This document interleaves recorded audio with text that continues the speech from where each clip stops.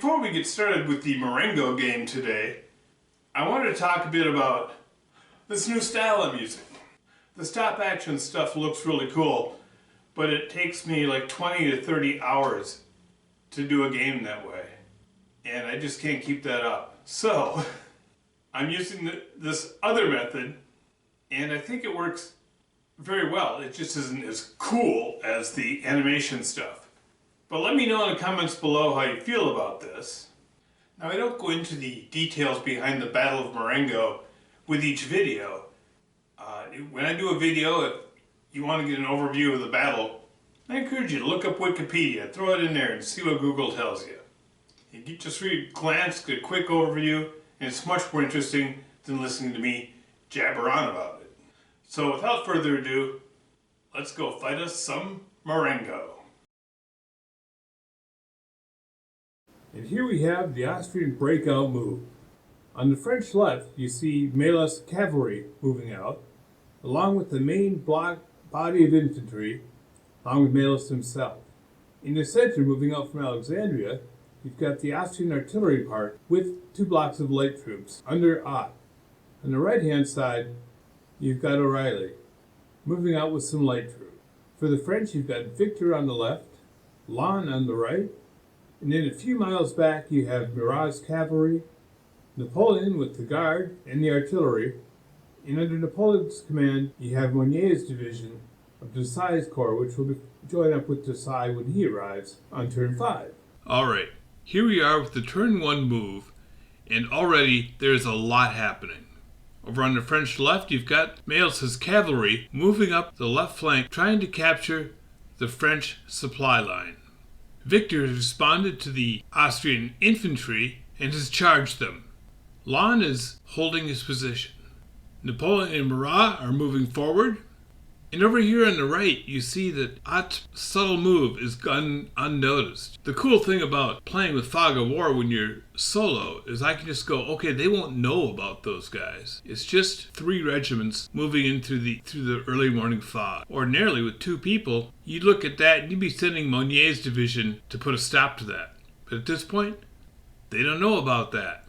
How will this play out? Victor's attack on Melas. Bloody fighting on both sides leaves no one combat effective. In fact, Victor's quick response seems to have caught Melas off guard. In the mid-morning, both sides warily eye each other and bring up their reserves. Hearing the sound of combat, Murat's hussars are racing to join their unit in the late morning. Faced with overwhelming Austrian artillery, Lannes has no choice but to fall back behind the hill out of line of sight. And following up his success in the early morning hours, in the late morning, Victor, coupled with Murat, charged the Austrian line. Though the Austrian infantry, reinforced with grenadiers, holds firm, and the cavalry gives a little ground.